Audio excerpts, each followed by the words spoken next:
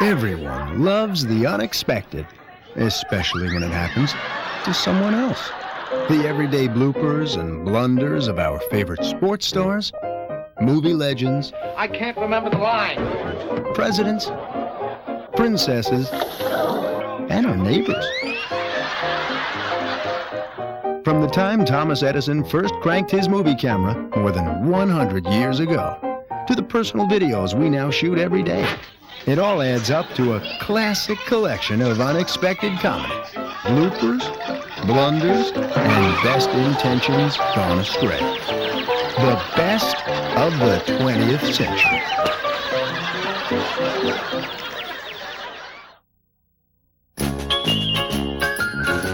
Here's a favorite source of unexpected comedy: weddings. Why would a respectable young couple choose to take their vows atop a flagpole? Well, in the days before the home video camera came along, brides and grooms looked for a way to attract a newsreel crew to town to preserve their special moment forever. They looked high and low. This was no fish story. This was for real. History's first underwater wedding. Time for the vows. Did you ever try to say, "I do," while you were gargling?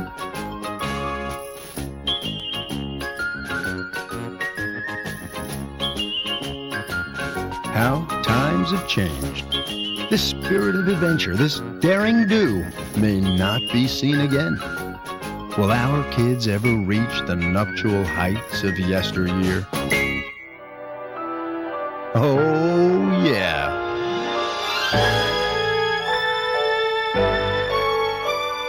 Not only are the bride and groom up there, and the wedding party, and the minister, you're also looking at this spectacular sky-high unification through the lens of a wedding photographer who would go to any heights to record the moment for posterity. Two skydivers with a wedding dream that went off without a hitch. No room for bloopers up there. Like those more traditional weddings. Anything can, and usually does happen at a traditional wedding, even to the wedding photographer. This guy never got the pictures he wanted, but we did. Like the wrong man wedding. John and Carol, you stand here in the presence of God as man and wife to rededicate yourself.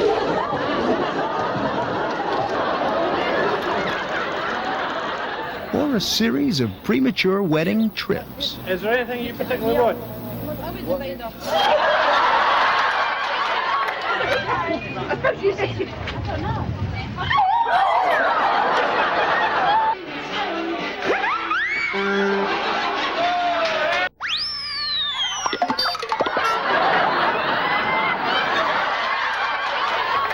Now, here's what happens when the wedding cake is left overnight in the freezer.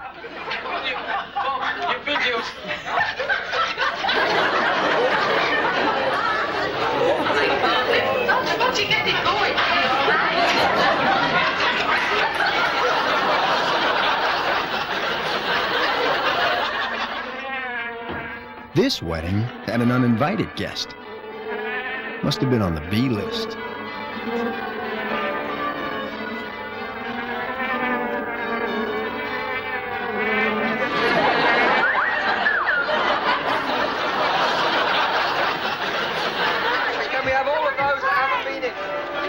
This guest brought her own entertainment.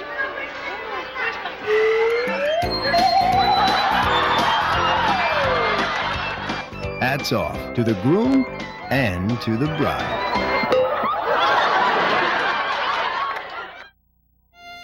The White House attic contains a treasure trove of bloopers.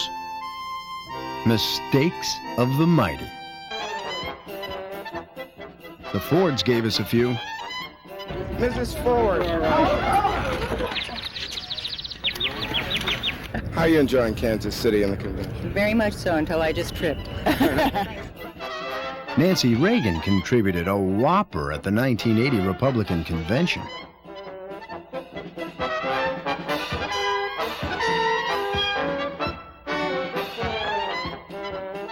Then Nancy came up smiling, as always. She later provided an encore and almost took the president with her. As it turned out, he didn't need any help. President Reagan actually mastered the art of falling up.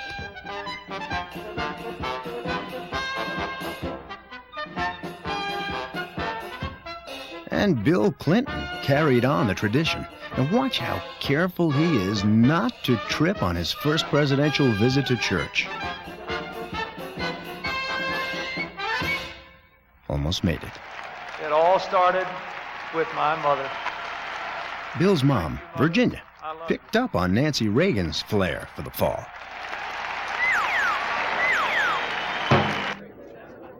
George Bush managed to avoid most of the traditional pitfalls until that night he decided to be just one of the boys and go bowling.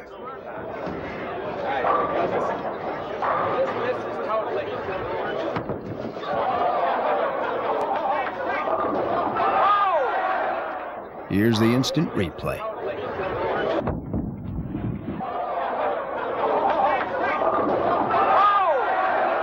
Scene 1, take 3, 1948, Kennedy. We want to tell you in this film something. John Fitzgerald Kennedy left his share of fluffs in the attic. People in the Bay State.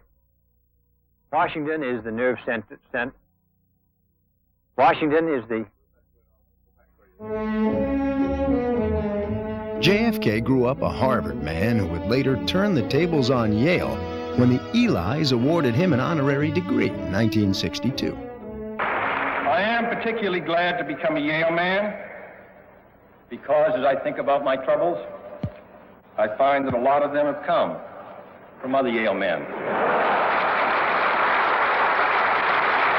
It might be said now that I have the best of both worlds, a Harvard education and a Yale degree. JFK's favorite blooper came on the day he honored the Apollo astronauts at the White House. They are the tanned and healthy ones. The others are Washington employees. I also want to again express my congratulations to Alan Shepard. We're very proud of him.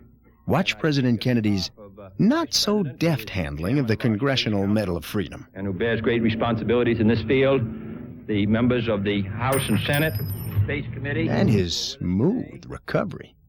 And this decoration, which has gone from the ground up here.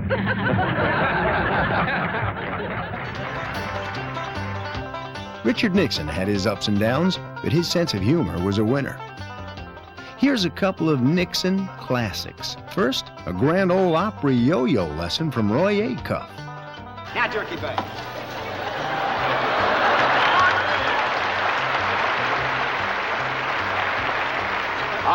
I'll stay here and try to learn how to use the yo-yo. You go up and be president.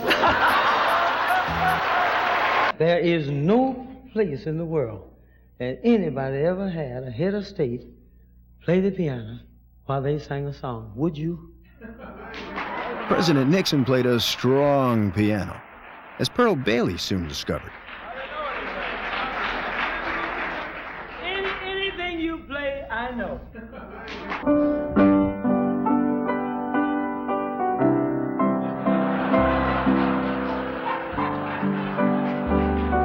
Mr. President,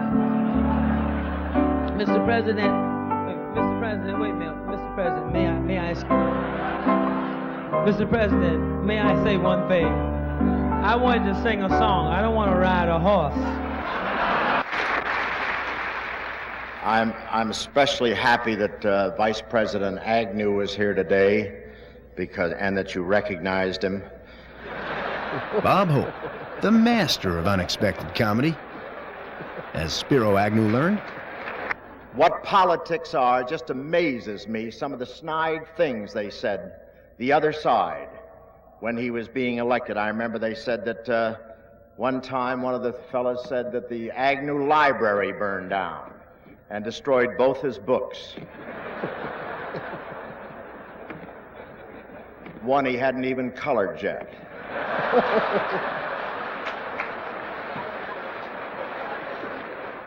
Remember when Jimmy Carter defended his toothy grin? Well, the only thing they've questioned so far is a $600 bill for toothpaste.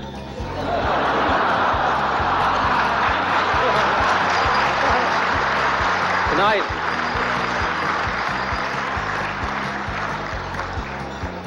but it paid off. I'm president.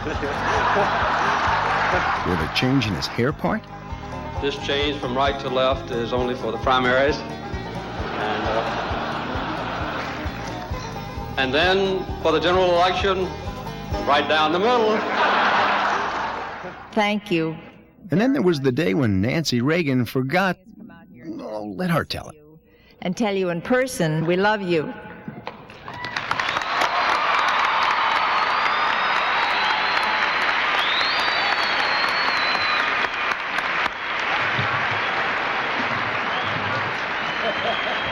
You scared me. I forgot something.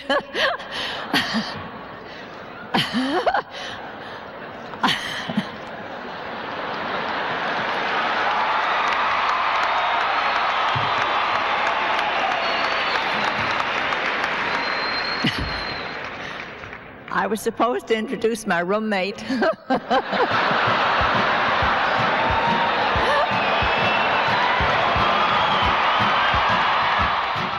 Ronald Reagan took the art of the retort to the highest level. I'm sorry. I would pick one in uniform. He can lick me.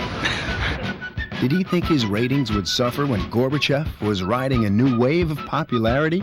I don't resent his popularity or anything else. And good Lord, I co-starred with Errol Flynn once. I will not make age an issue of this campaign. I am not going to exploit, for political purposes, my opponent's youth and inexperience.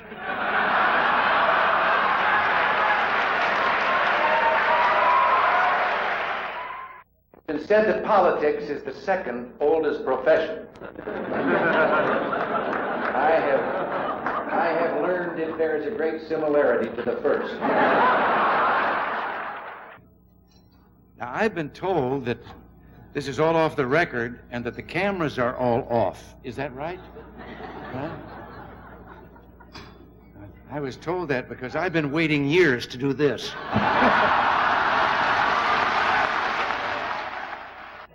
Let me say. President Reagan's most memorable bloopers include this failed attempt to correctly pronounce the name of a noted Japanese educator.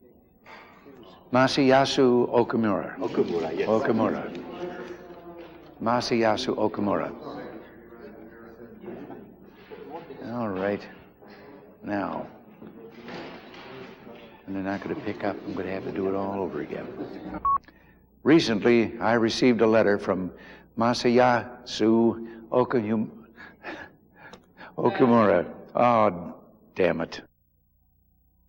For farsightedness is a quality needed in all peacemakers. And this failed attempt to stay awake during a serene sermon by Pope John Paul II. Farsightedness, as are all the nations of the world.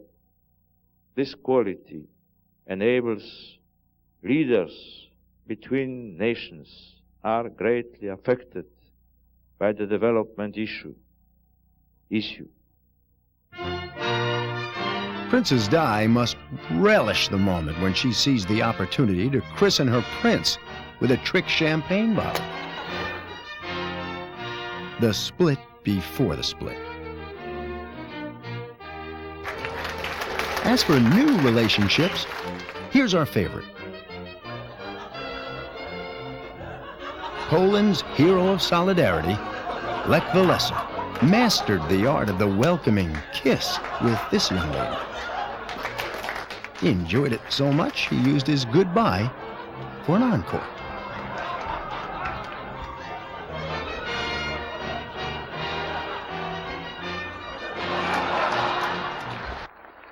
And speaking about relationships... A word about the president. For 7.5 years, I've worked alongside him, and I'm proud to have been his partner. And we've had triumphs. We've made some mistakes. We've had some setbacks. Sometimes I feel like the...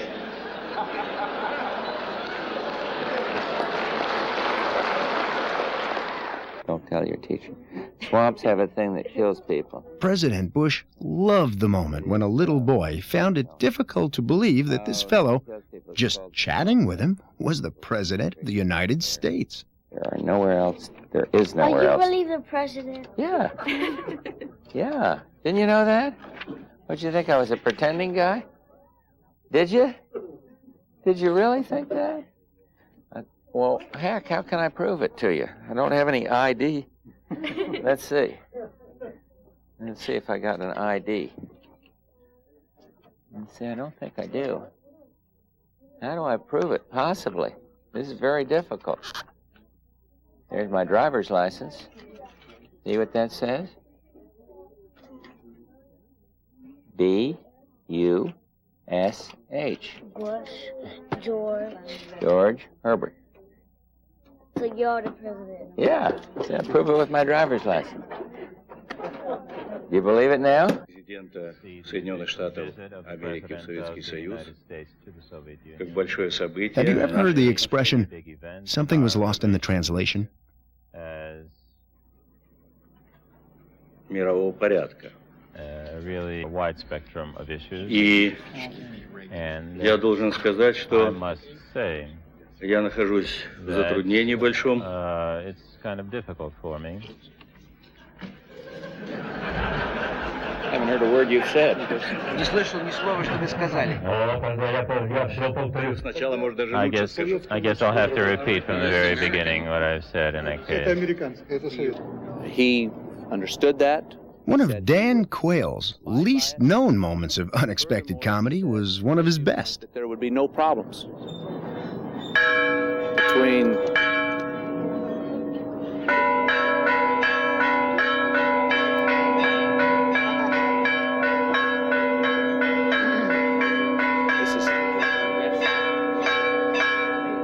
This was time for the question period.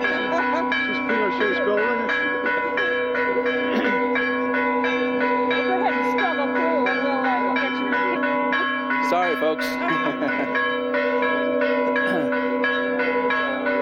we can understand some of what you're saying if you want to continue. Okay. Oops. He said there would be no problems, he said.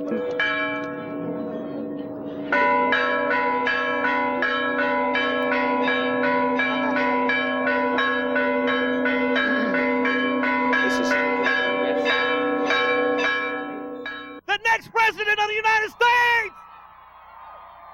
Remember silent Bill Clinton in the 1992 campaign? I don't... bad, huh? It's bad. The next President of the United States, the Governor Bill Clinton. When Mr. Clinton regained his voice, a missed cue from the chorus silenced him again. Thank you. Thank you so much. Thank you. Thank you. I gotta roll. You gotta roll. All of God's children gotta roll.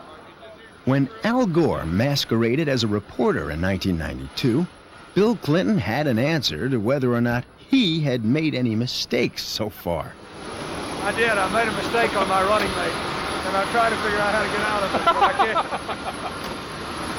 Take this thing back quick. He's coming into my ear. After which, cameraman Clinton had some fun of his own with Mr. Gore. What is your position? I'm standing upright. On the sugar Here on the tarmac. I love this. I'm going to take you out, bring you in. Nice teeth. I'm focusing on your teeth. What's your position on the toothpaste subsidy, Senator? I hope there's not one. Are we for it or against it? I'm sure we'll hear about it if there is one. If you can't beat them, join them. The things you have to do when you're president.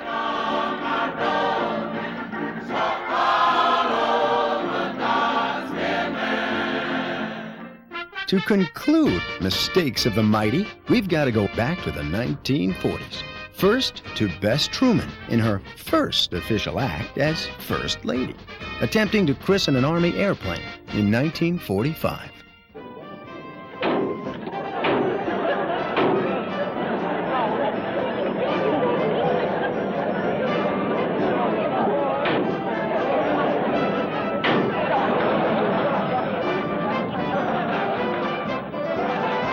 This job obviously calls for a man.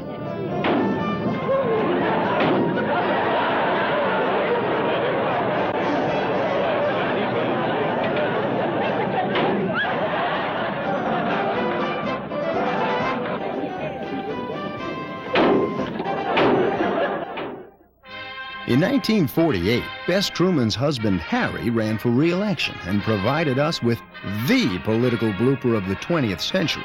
Truman, the Democratic candidate, believed he could be elected president. He was joined in that notion, however, only by his wife, Bess. Governor Thomas E. Dewey of New York, the Republican candidate, held an overwhelming lead in every public opinion poll throughout the campaign. Tom Dewey was considered a cinch to become the 34th President of the United States. On election eve, Tom Dewey's campaign manager, Herbert Brownell, happily and confidently announced the Republican victory.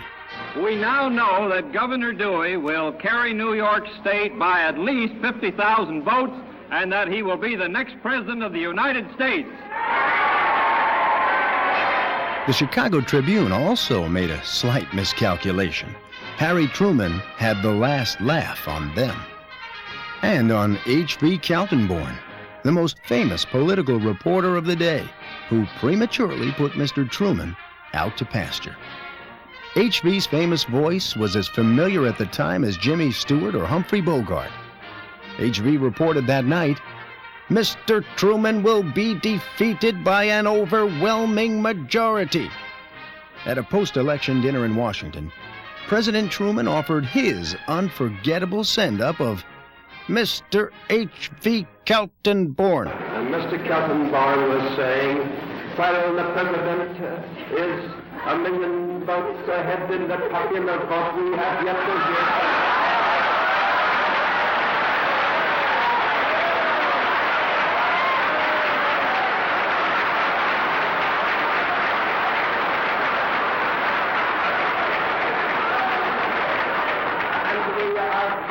Sure that when the country vote comes in, Mr. Truman will be defeated by an overwhelming majority.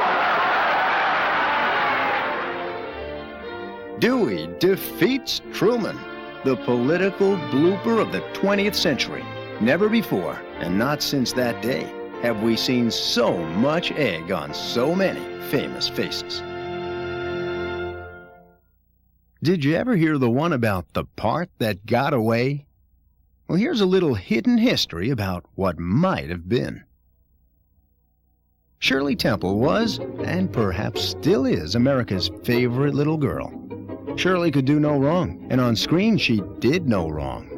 With her bouncy curls and million-dollar smile, she triumphed in Little Miss Marker, Wee Willie Winkie, and The Little Princess. But even for Shirley, there was one great part that got away. Dorothy? Yes, Dorothy in The Wizard of Oz, perfectly portrayed by the great Judy Garland. Shirley Temple was wanted for the role, but she was too busy at the time to romp, dance, and sing with the Tin Man, the Scarecrow, and the Lion. For Shirley Temple, Dorothy was the part that got away. Cowboy Clark Gable in the early 30s struggled through such forgettable films as Laughing Sinners and Night Nurse. There was, however, one famous role in the 30s which became, for Gable, the part that got away. Tarzan, King of the Jungle, Olympic swimming champion Johnny Weissmuller's movie claim to fame. But there might have been a very different Tarzan. Clark Gable was a leading candidate to play Tarzan back in 1932. Fortunately for Gable, the part did get away, where 7 years later, Gone with the Wind might have had a very different Rhett Butler. Here in your arms, Bing Crosby gave us a century of pleasure with his music, his movie classics like White Christmas and High Society, and his beloved game of golf. But what about the part that got away? Columbo? No, no one but Peter Falk could be Columbo, right? Wrong. Bing Crosby was offered the role but turned it down. Some said because it would take too much time away from his golf. Columbo might have been another Crosby triumph instead of the part that got away. Doris Day, as American as apple pie, her golden blonde hair, blue eyes, and face full of freckles became national symbols of goodness. You'll never guess, for Doris, which famous part was the part that got away. Anne Bancroft made a lasting impression as the strong-willed and sometimes maniacal Mrs. Robinson in The Graduate. But there might have been a very different leading lady. Doris Day was offered the role, but the timing wasn't right. How interesting it would have been to see Doris play the hard-edged temptress. Johnny Carson, television's all-time late-night legend, changed the face of entertainment, but there was one face Johnny never wore. It happened back in 1959. The part that got away. The face was Rob Petrie, played by Dick Van Dyke in Carl Reiner's pilot called Head of the Family. Dick was so good the show became The Dick Van Dyke Show. Carl Reiner almost chose Johnny. The Dick Van Dyke Show might have become the Johnny Carson Show instead of, for Johnny, the part that got away. Sophia Loren, a legend who has lit the silver screen for 4 decades, including her memorable Oscar-winning performance in Two Women. But even Sophia had one very famous part that got away. Alexis Carrington? Could that vixen have been portrayed by anyone other than the brazen Brit Joan Collins? Yep. Sophia Loren was first choice to play the manipulative millionairess of Dynasty. But Sophia felt her fans would not accept her in the role, and Alexis, for Sophia, became the part that got away. Mickey Rooney made the rare transition from successful child star to teenage wonder Andy Hardy to serious adult character actor. Have you got a telegram for Andy Hardy? But for Mickey Rooney, there was one part that got away. And what a part it was. Archie Bunker? If ever there was a part that fit Carroll O'Connor, it was Archie. But guess who turned it down? You guessed right. Mickey Rooney. Mickey said no to producer Norman Lear, believing that if he portrayed the racist Archie, it would damage his career. Archie Bunker, for Mickey Rooney, a heck of a part that got away. How interesting it might have been to see all the parts that got away.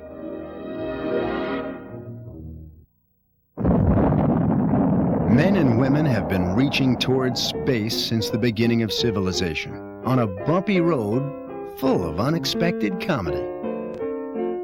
When our 20th century began, we began to project on the new motion picture screen our vision of a first journey into space and a landing on a distant moon. That by utilizing these inner universal forces, we shall all be able to fly like the birds. And I am now starting a school to train the children to develop these powers while they are young. On the ground, however, things remained a bit more primitive. Spread your wings. Spread your wings out, Al. Now jump. Head forward. Go to it. Good. We were still trying to imitate the birds.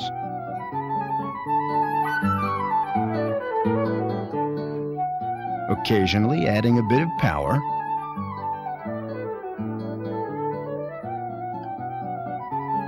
Or height.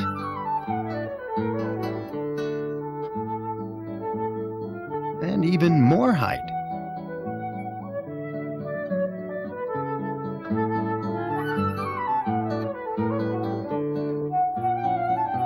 Finally, we focused on the flying machine, which we cooked up in a never-ending variety.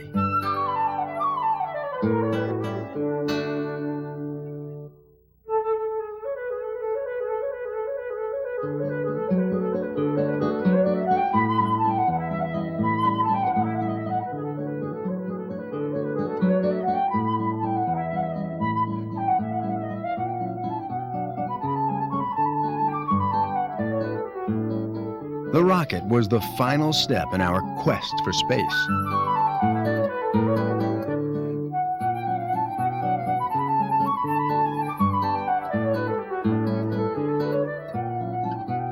The rocket belt of the 1950s may have been a century ahead of its time.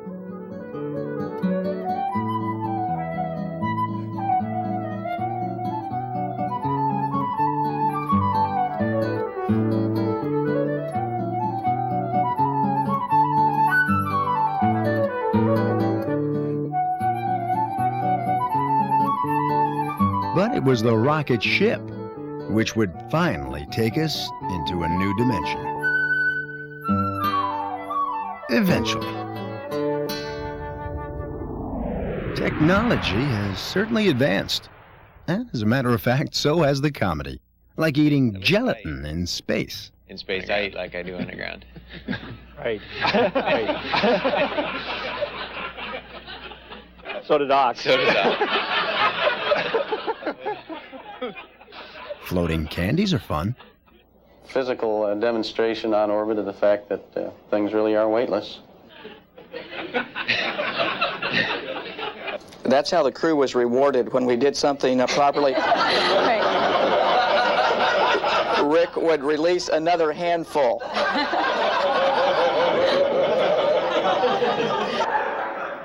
Now, not many of you can do this right here.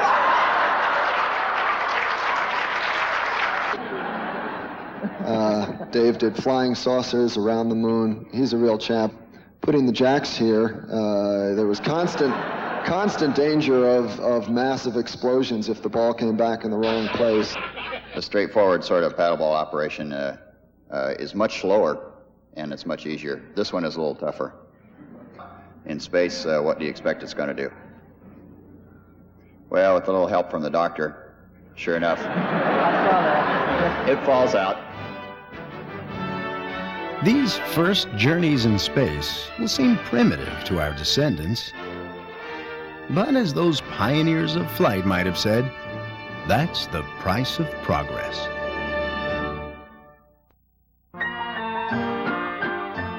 The turn of the 20th century. These kids just might be your grandparents or great-grandparents. These early home movies captured the sweet innocence of turn-of-the-century kids. Today, our kids supply the sweet innocence and lots of unexpected comedy.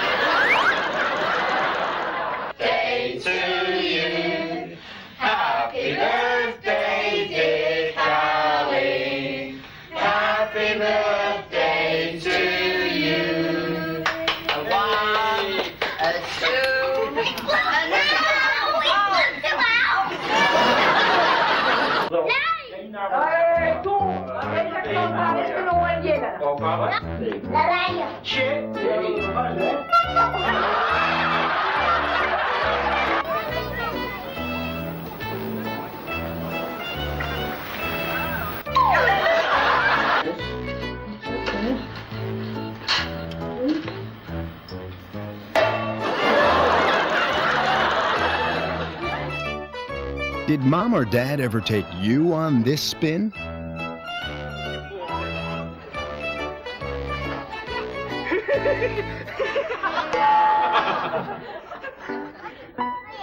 This little guy just keeps coming back for more.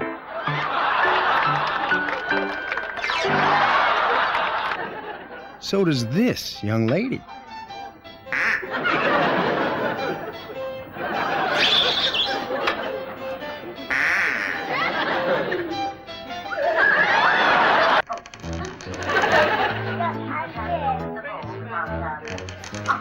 Now he's gonna pry open that toy no matter what.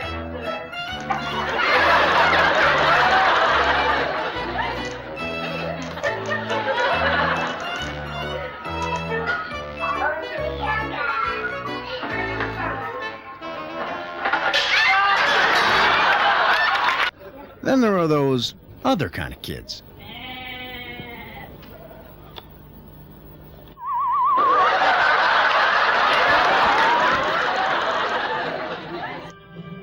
Animal antics are unplanned, uninhibited, and curiously comic.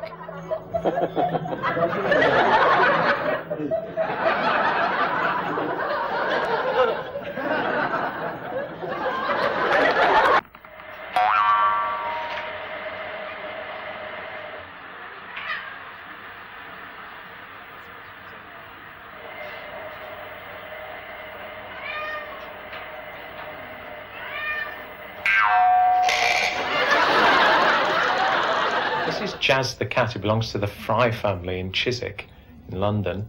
They contacted us and told us it had the loudest purr of any cat they'd ever come across. So, us on That's Live decided to come along and test it.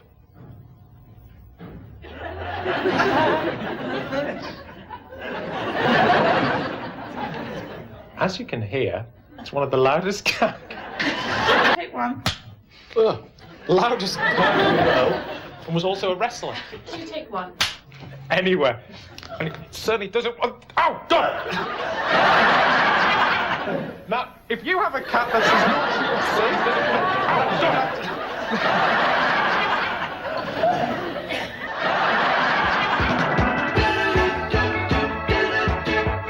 Oh, this is the world-famous dogmatic dog. Not much expression, not much emotion, but a pretty fair water skier. And then there are other pups who love the water.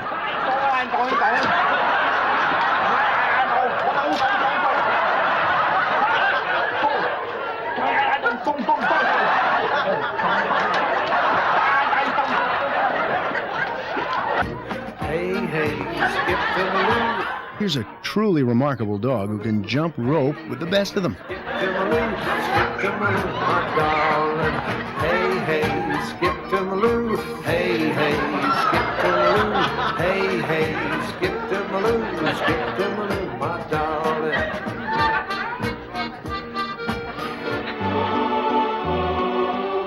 This dog couldn't find anyone to play with, so he made his own fun.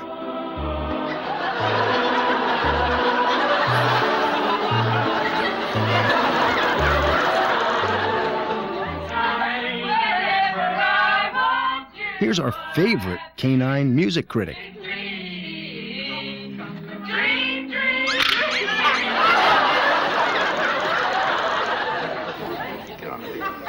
And another four-legged critic.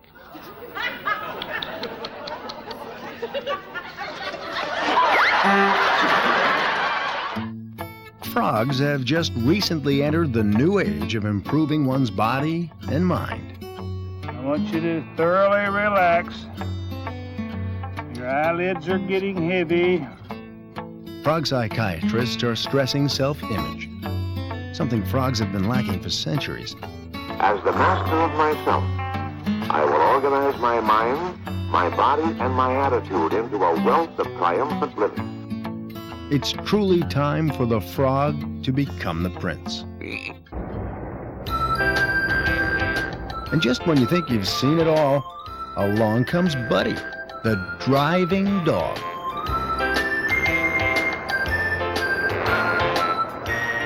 It's delightful, unexpected comedy.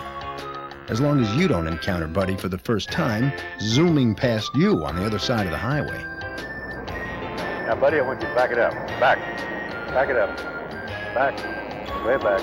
Back. Way back. That's good. Now go forward. Remember the kid giving the family dog a bath back at the turn of the century? Today, we're teaching dogs to drive. Of course, that's really not so bad. Dogs have never been afraid to show fur. And that's our Shaggy Dog story. Very good, Buddy. Very good. Nobility, majesty, splendor. The Mount Rushmore National Memorial in South Dakota. Begun in 1927, completed in 1941. The site of the almost monumental blooper. The sculptor, Gutzon Borglum, chose this part of the mountain for the heads of Presidents Washington, Jefferson, Lincoln, and Teddy Roosevelt because the sun shone on its face for long periods during the day. While still in the workshop, Borglum was urged to choose a spot nearer to an established highway, but he insisted, if the mountain is carved as proposed, the roads will be built for the world to visit the work. Well, he was right, as he was about almost everything. Year after year, Borglum led his team of workmen, patiently chipping the heroic heads into Mount Rushmore's granite face. By 1931, the first two heads emerged. There's Jefferson on the left. Then Washington. I say, wait a minute. Something's wrong here. Isn't Washington on the left today? He is indeed. Then Jefferson. And Roosevelt and Lincoln, of course. What was Jefferson doing on the other side of Washington back in 1931? That's the almost monumental blooper. Borglum had half-finished Jefferson's giant head when he discovered flaws in the rock so severe he knew this head would never stand the test of time. He took a deep breath, blasted away the first Jefferson head, 4 years of hard work, and began all over again on the other side of Washington. Borglum took his immortality seriously. In fact, when a geologist told him the statues would erode an inch every 100,000 years, Borglum added another foot to George Washington's nose. At the ceremonies marking the first blast in 1927, President Coolidge praised the proposed monument as distinctly American in its conception, in its magnitude, in its meaning. Well, thanks to the single-mindedness of Gutzon Borglum, an almost monumental blooper was avoided. His immortality has been assured. As long as there's an America, Mount Rushmore will be our symbol of symbols.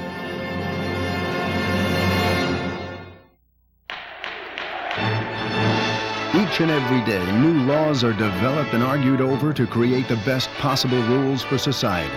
But all too often, we forget to scrap the old rules. For your protection, here are some of the zaniest laws still on the books. Blunders from the bench. Beware, or you might end up in the slammer. In the great state of Montana, it's still a felony for a wife to open and read her husband's mail.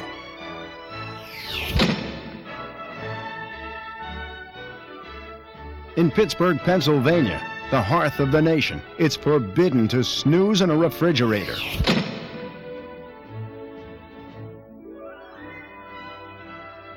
In the warmth of Miami, Florida, men may not be seen in public wearing formal gowns.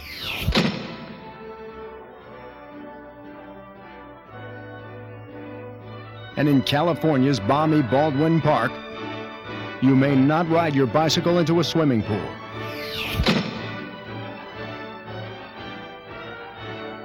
In Saco, Missouri, the Show Me State, women may not wear hats that might frighten timid persons. In Birmingham, Alabama, it's illegal to drive blindfolded.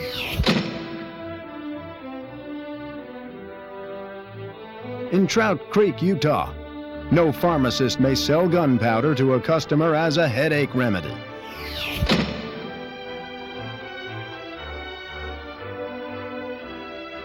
And finally, in the Constitution State, Connecticut, it's against the law to cross the street on your hands. So watch your step. You never know when you may be breaking the law.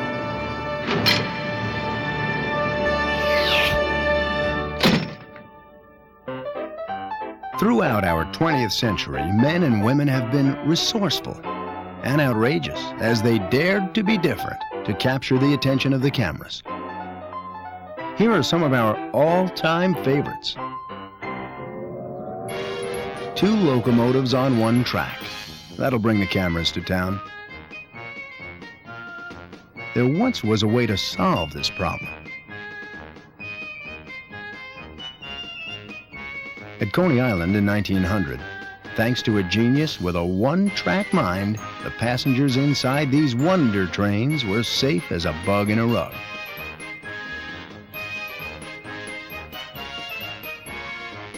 Our next genius dared to be different by harnessing the energy we spend chewing gum. This little device is to conserve the power now wasted by millions of gum-chewing stenographers. When they chew, it automatically air conditions the entire office. How to beat the heat on a city street? You might consider a manually operated, self-powered, air-conditioned suit. To overcome the elements, those who've dared to be different have presented us with ingenious, captivating, even practical solutions. A windowed umbrella, for instance, for walking in the rain. Here's a solution for fishing in the rain.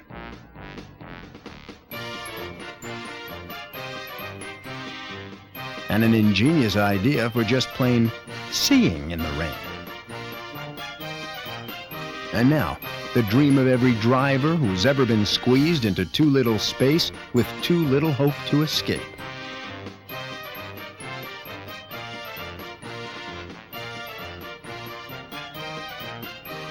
It's the best use of a spare tire I've ever seen. Wonder why it disappeared.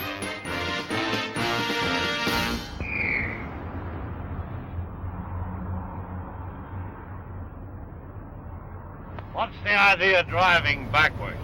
Well, I'm not driving backwards, officer. I'm driving forward. The backwards car was another daring notion. It allowed you to drive your way on a one-way street.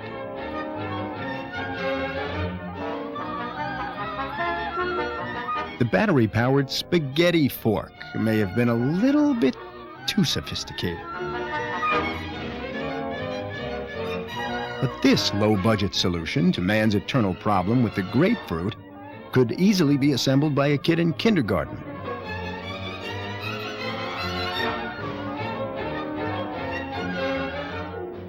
Back in the 30s, people marveled at a dare-to-be-different invention called the camera gun.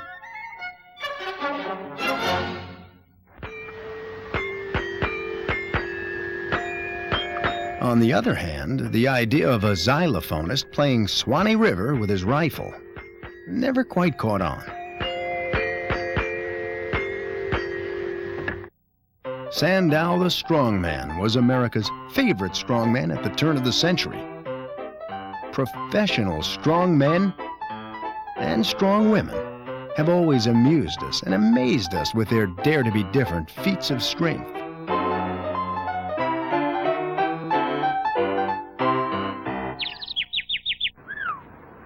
Now, how does one train to take a cannonball shot in the stomach? That's fine. That's pretty good. Let me try this chair. Shoot her! Boy, huh? Here's the historic moment.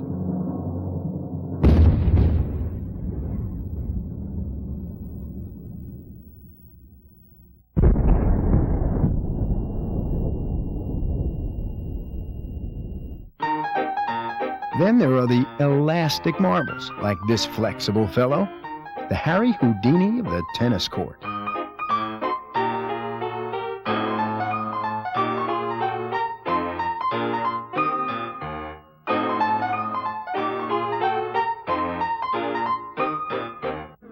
The founder of Brown's Honey was way ahead of his time, believing in advertising with a sting.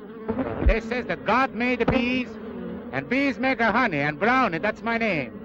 Board the bees, and he makes some money. And if you want to live long and spend more money, drink more milk and eat Brown's Honey. He certainly dared to be different. But no man or woman has gotten more attention from the cameras than the invention modeled after you and me. We laughed at the idea of robots in the workplace back in the 30s. We're not laughing anymore.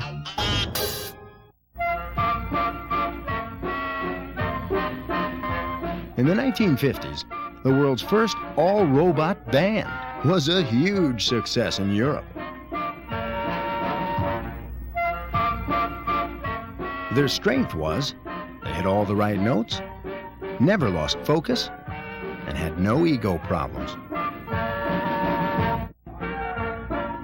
Their weakness, like so many other legends of rock and roll, the groupies. Lookalikes, like robots, imitate humans, but their goal is to be an exact copy.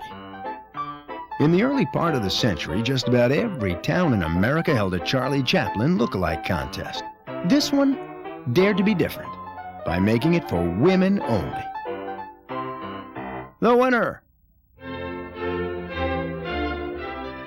Abe Lincoln has inspired more lookalike contests than anyone else in history. Complete, of course, with a worst Lincoln joke competition. Anytime I stop to a restaurant, they always ask me if I prefer a table or a booth. And even a talent contest. Mr. Lincoln of 1992 is Mr. Nelson Doyle. First prize for Lincoln? A Ford, of course. Nothing's more fun than a celebrity lookalike competition. How many of these 10 classic Hollywood lookalikes can you identify? We'll go around twice. The second time, we'll give you the answers.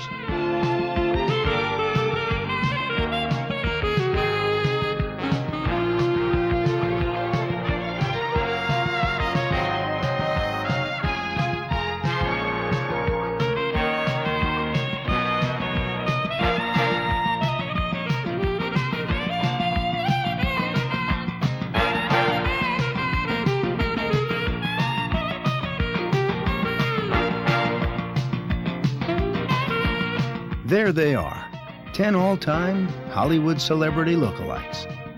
How many did you identify?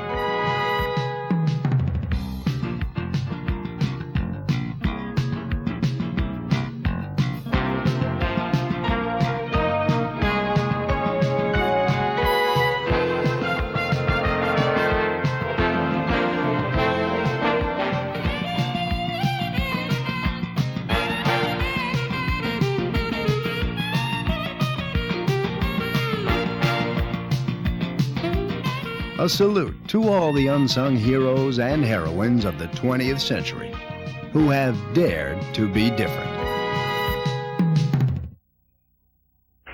Hello, Houston. We have you go. Today, the cameras will catch our slips on screen anywhere and everywhere, even on the moon, as astronaut Harrison Schmitt found out. Beautiful. And back on Earth, of course, there's always a home video buff lurking in your own backyard. And Mom, I hope soon we get you out here on a holiday. A video Valentine to Mom.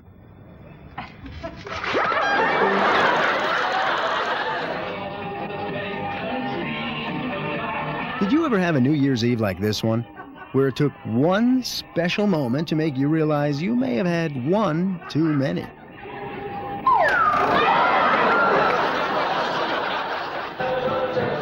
Here's some of our favorite slips on screen from all over the world.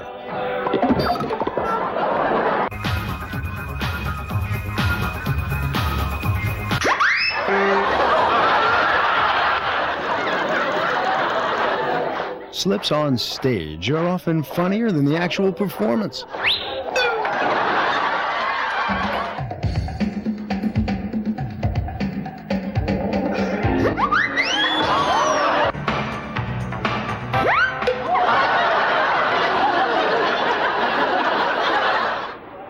It's rightly been said, you can lead a man to water and into the drink.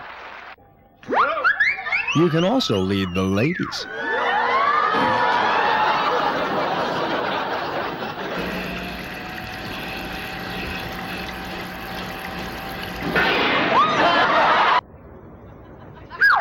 Here's a slips-on screen star of the future. His laugh will tell you how much he's enjoyed the moment.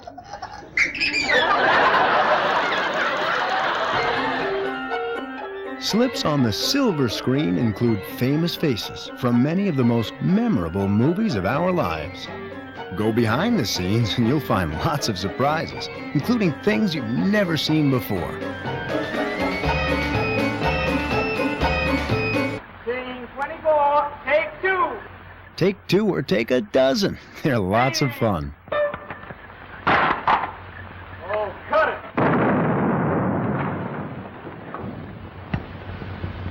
I wonder if Harris got through all right. Harris will get through, if anybody can.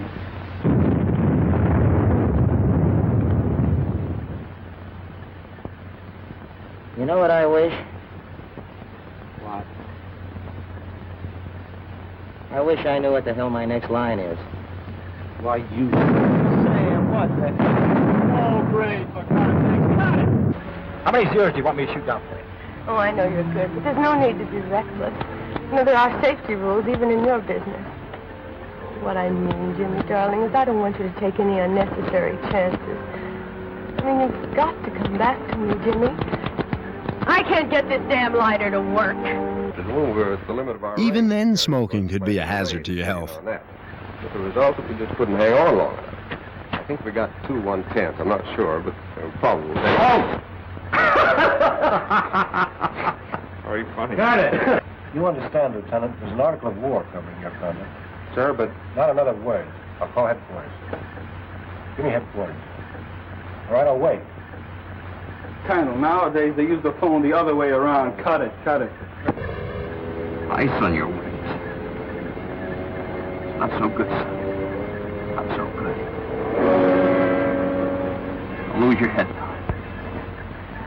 Remember what you've been taught. Who the hell is walking across that sky?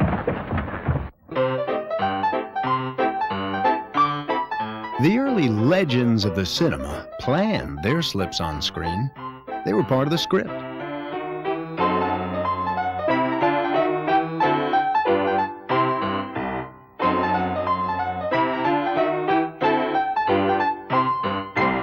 Today's legends of Hollywood have provided us with great entertainment and unscripted slips well worth remembering. Good morning, Miss Ann. I was wondering if I might speak to Mr. Hearn. No, That's fine. No, I said Mr. Alameda will send us wind and weather position changes and chips and so on the thing. Now, she's give you the air for Noah, ain't she? Yeah. Well, then he's got to win. Now, but... Now, we might work up a match with one of your own boys, create local interest. All we need is a fellow with weight enough can learn a couple of lines and... Oh, but Ed, you can talk him into it. Well, now, listen, baby. I know everything there is to know about wrestling. I can promote a match from Podunk to the Garden. I can't remember the line. I didn't try and take it over. I took it over. You think we might object? Well, why should you? I've proven to you that I could run it better than anyone else. Tender isn't any good. Yes, you've given us a nice bit of revenue. Well, I've given you more than any 4 of them put together. And I'll keep on doing it. Provided you give me... Yeah, you know what I mean? All this. Quit tapping telephone wires. Spend your time building up new rackets. So that when McLaren comes up for air, you find a dozen more going. This is where your enemy spreading malaria starts. No legend has successfully remained on screen as long as this fellow, in spite of a few slips. Must be difficult for a man who has spent a lifetime stirring up damn knowledge that you know, I haven't been in an apartment like this for a long time. It's been 2 years since I was in New York. How does it look to you? About the same as any other place these days, but good. You're looking blooming. Oh, I'm fine. You been getting any lately? Overtime, you mean? Yes. You know, it's 2 years since I've been in New York. How does it look to you? Well, about the same as every place else these days, but good. You're looking blooming. Oh, I'm fine. Just fine. Well, I don't know whether you've laid any... Laid. Hey. You know, it's none of my damn... I thought perhaps you were. Did you find out that you were free tonight? That's the wrong damn line, isn't it? Huh? Take a deep breath and hold it. I'll try not to hurt too much. Can we do it over? Yes, what's the gap?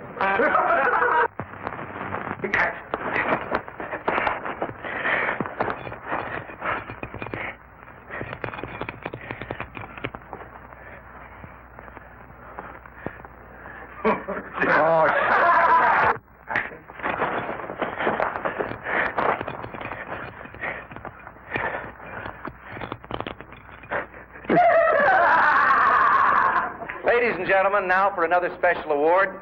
To present that award, a very special young lady who came to Hollywood by way of UCLA. I'm sure she is easily recognized, at least here in her own community, although she could very easily travel anonymously just any place. Miss Jane Mansfield. Hollywood at Play also has its classic moments. Mr. Reagan escaped this one. Jane Mansfield provided most of the merriment.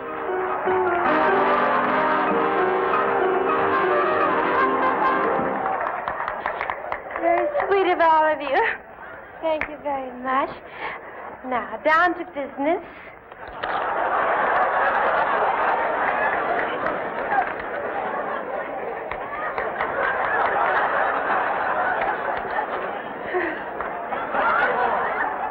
Special award in recognition of his superb artistry, the beloved Peppy. He may be here, or he may not.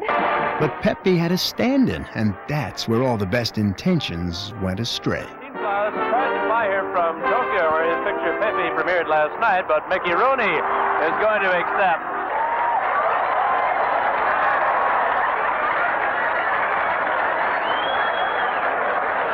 We all enjoyed watching Jane, but now the fun was watching Mickey Rooney watching Jane.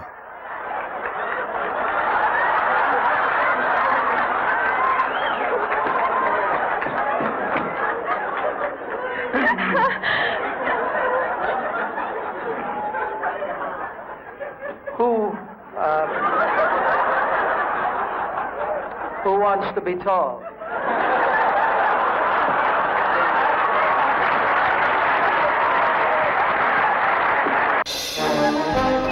Rocky Marciano, the heavyweight champion of the world. And Jerry Lewis, the challenger? Dean Martin refereed as Jerry took the fall of the century. Now look, you go to your corners, and when the bell rings, if you're smart, you won't come out. All right, shake hands and come out fight. Here we go.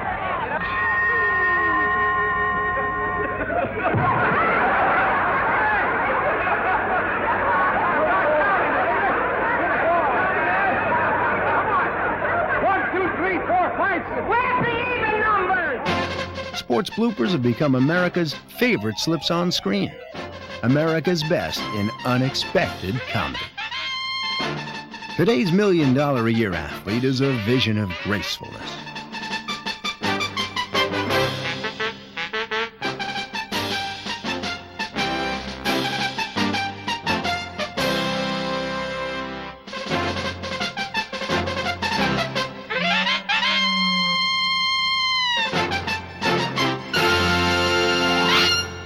He runs with the elegance of a deer.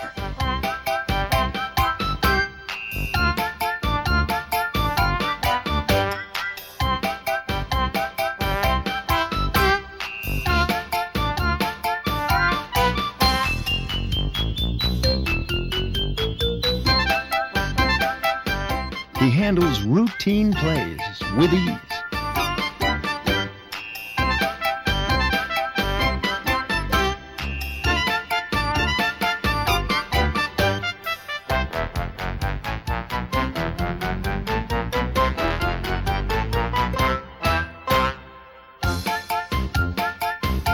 And he throws moves with the precision of a trained marksman.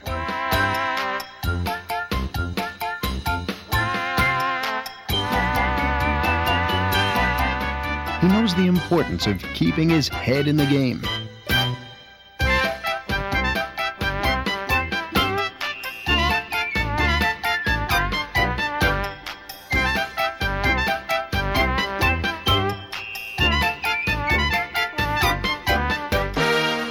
He treats authority with the utmost respect.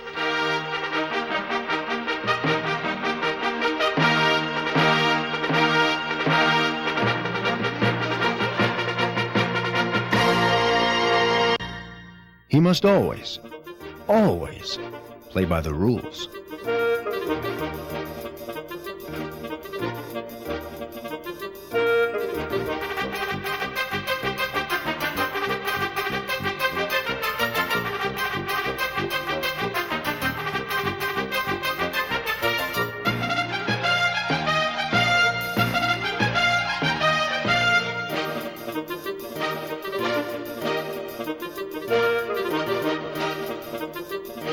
So high fives all around for today's gifted athletes, whose outrageous slips on the sports screen are often critiqued by even the newest of fans.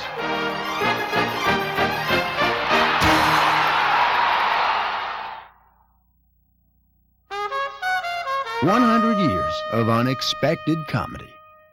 What a trip. What will the next century bring?